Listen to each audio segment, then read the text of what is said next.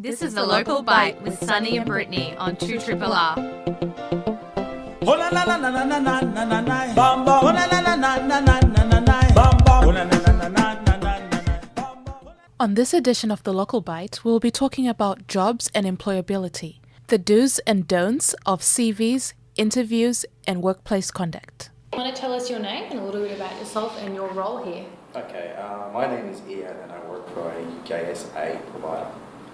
The JSA provider is a provider for employment through Centrelink, and my role is an employment consultant. All right, so basically in today's society, Sunny and I have noticed a trend that finding a job is sort of veering away from education into more experience-based necessities. Well, honestly, how I see it is qualifications may not be the important thing into employment. Employers more likely they will look into experience than qualifications.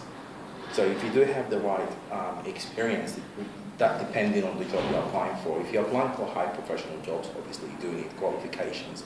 But for what we call them survival jobs, which really small jobs, not long, short-term employment, these are the survival jobs. Most of the time you don't need qualifications for that. All you need is previous experiences.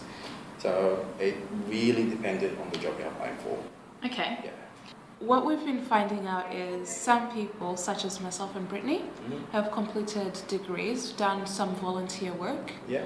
We've both done media work, Yeah. but we're still finding it quite difficult to sort of get professional recognition to say, yes, we do have both experience and qualifications. Yeah.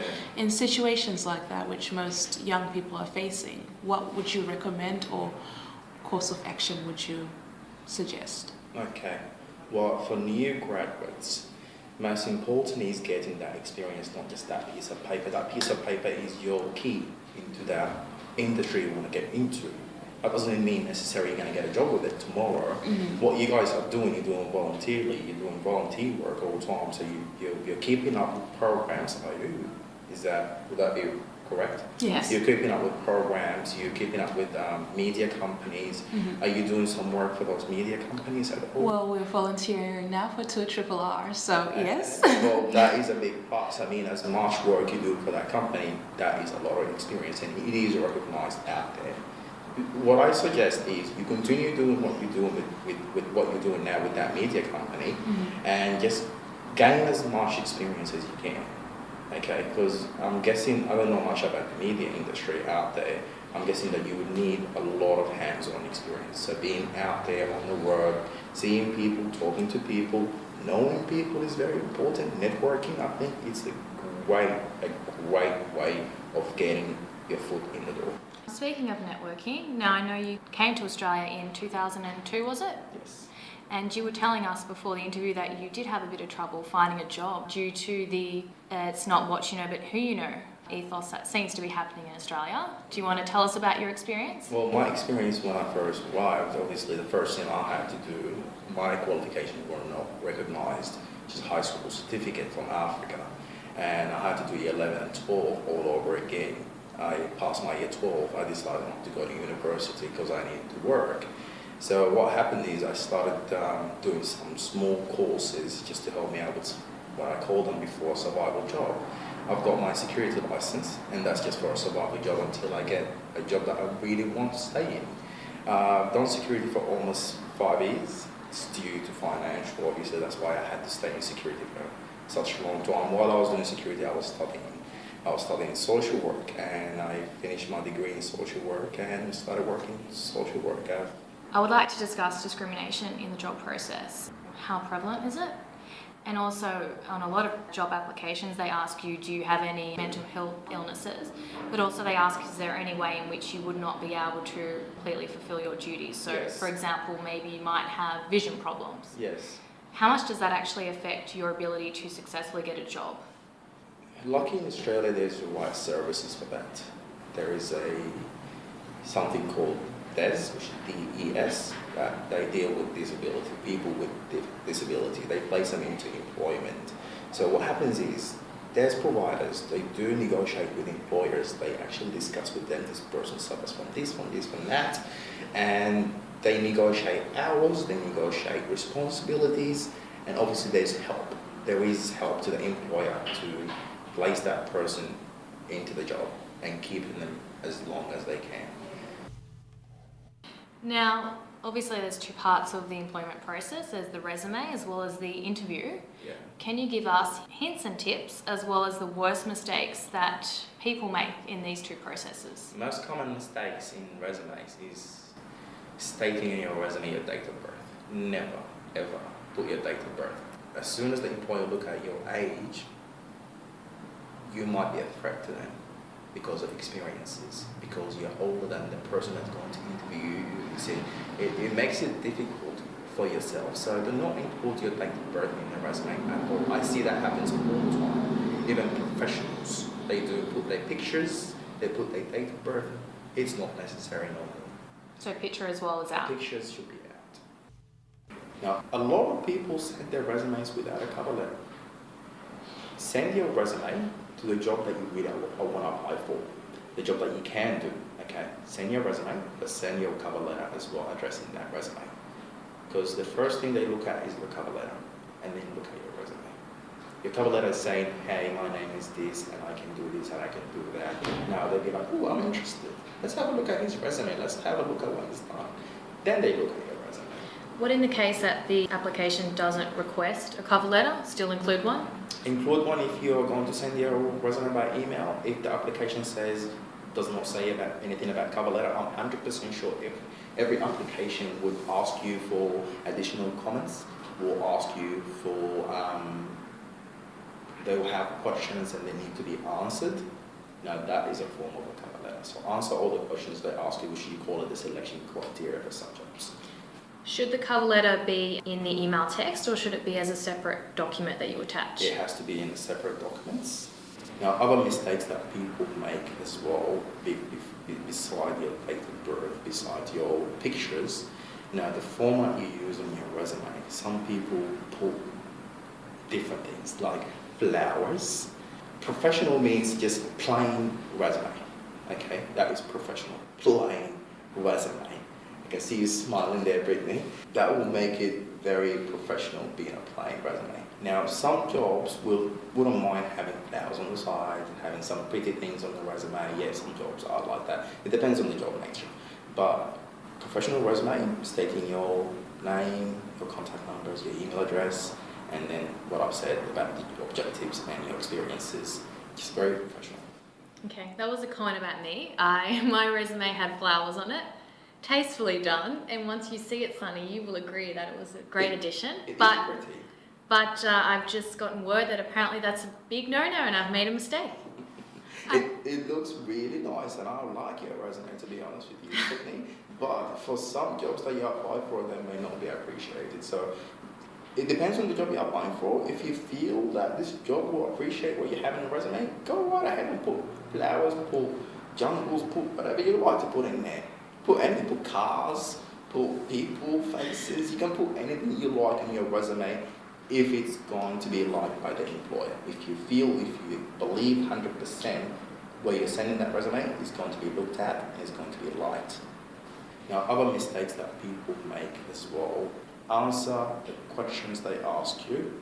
If you do not understand the question, ask them to repeat it. Even if you ask them to repeat it about 5 times, it's fine. If you don't understand the question, do not answer it. Ask them to repeat the question nicely and politely. And do not tell them your life story. Do not tell them what you've done in the park the other day. Do not tell them what your dog ate or eats or likes. Okay? Answer the questions. Be nice and polite and answer the questions. That's all you need to do. Another thing, should you call or shouldn't you call? A lot of the times, me and my friends, we've debated as to whether or not we should call them. Do I seem too pushy? Can you comment on this? Should you call or shouldn't you call? That happens a lot. Some employers tell you, if we haven't got back to you, please contact us. Sometimes they send you an email confirming, yes, we have received those documents from you. Please contact us if you feel like you need to talk to us. I would suggest you call the employer, but give them more time, because they review a lot of applications, about 500 applications sometimes. They've been seeing a lot of people for interviews. They have to sit down in meetings and discuss each application. So just give them more times. I would give them 2 weeks max, and then I will contact after 2 weeks just to follow up on my progress. 2 weeks after your interview? After you interviewed, I will contact after 2 weeks to just follow up my progress. Right. Because some people, this might be their first interview. What should they dress like and how should they conduct themselves? Okay. You want to get hold of an employer to contact you back. Your first thing that you have to do is attract them by your resume. Make sure your resume is tailored to what you're applying for exactly. Your objective has to be clearly saying that I'm capable of doing what you're asking for, you see. And then first thing you have to state your experiences. And then your education, your qualifications can come after your experiences because they can look at that later. They want to see if this person has done this job before or not. That's first hand. As soon as the employer sees the first page of your resume, it's saying all these qualifications. They're not interested in that. They're interested in your experience first. They will look at the qualifications later. If you have noticed, if you have been to interviews, they don't ask you for your certificates. They ask what you have done before. If you are hired, they'll tell you, bring along your certificates with you. That's what usually happens in interviews. So make sure you have your experiences, your objective matching what you're applying for. Tailor your resume to match any job you apply for. It doesn't matter where it is. It doesn't matter how many resumes you have for each job. It's good to have a lot of different resumes for each different type of job. Do not just shoot applications out there. Your cover letter as well, it has to match what is in your resume, and it has to match what the employer is asking for as well. It seems like a lot of work, but it is worth it. It will get you your first initial with the employer. Okay. Now, in terms of dressing up for the interview, look, casual, smart employers are happy with that. Depends on where you're going. If you're going to a more professional area, obviously for a guy, you have to wear a suit with a tie, have your resume with you ready, have your qualifications with you ready, and be neat and tidy, nice haircut, shaving. These are for the guy, for a woman as well. If it's a professional, nice suit, skirt. Most of the time, I would encourage ladies to wear a skirt. I think it's just more professional than wearing pants, you see. That also depending on what you're applying for. Some employers would encourage wearing pants as well, but I encourage to just be more professional, more presentable. I'm not saying be, a female and look more prettier. No, I'm saying just look more professional with professional jobs. Now, if you're applying for survival jobs, what I call small jobs that you just want to do on while you're at uni, while you're at TAFE, while you're at school, nice, casual, smart, neat, just have a smile on your face. That's the same with guys. Be nice, be yourself. Employers, they can see how nervous you are. Once you're in the interview, they can tell you're nervous. They can tell you're confident. The way you sit in the chair, that makes a big difference. And make sure one other thing, put your head up. Your head up, so neck has to be sitting straight. Everything that comes out of your mouth will be very understandable, will be very clear, and you will look very confident. Have you actually practiced this? I have. Very recent in an interview, I wasn't sitting comfortably and I looked really nervous. So it did happen to me, and I just remembered, sit straight, and I told them a story about my life. So basically, fake it till you make it. Exactly. Well, that's our episode on jobs.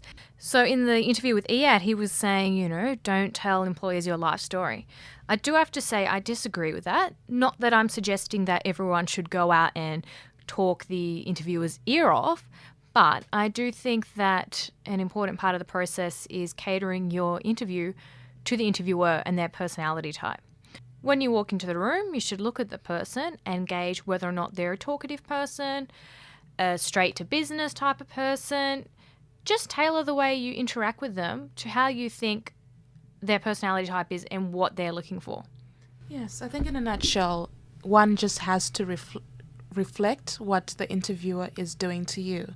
So if they're serious, straight to the point, do not then start giggling and making jokes to them.